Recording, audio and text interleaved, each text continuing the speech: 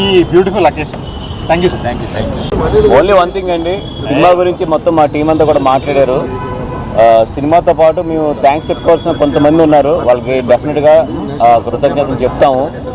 ఈ కథ వెనకాల చాలామంది ఉన్నారు, కాకపోతే అందరూ అర్థం చేసుకోవాల్సింది కూడా ఏంటంటే ప్రతి ఒక్క కథని కూడా మేము స్క్రీన్ మీదకి చెప్పేంత నిడివి ఉండదు.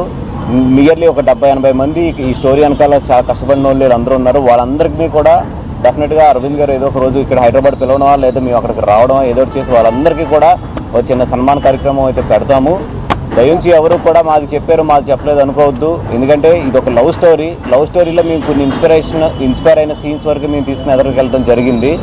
బట్ నిజంగా 21 మందిని తీసుకొచ్చిన ప్రతి వాళ్ళ కష్టం కూడా మాకు తెలుసు. ఆ కథంతా వాళ్ళ వీడియో రికార్డింగ్స్ కానీ అన్నీ కూడా మా దగ్గర ఉన్నాయి. డెఫినెట్గా ఒక రోజు చూసుకుని వాళ్ళందరికీ కూడా మా వైపు నుంచి ఇచ్చిన సత్కారం కూడా మేము చేస్తాము.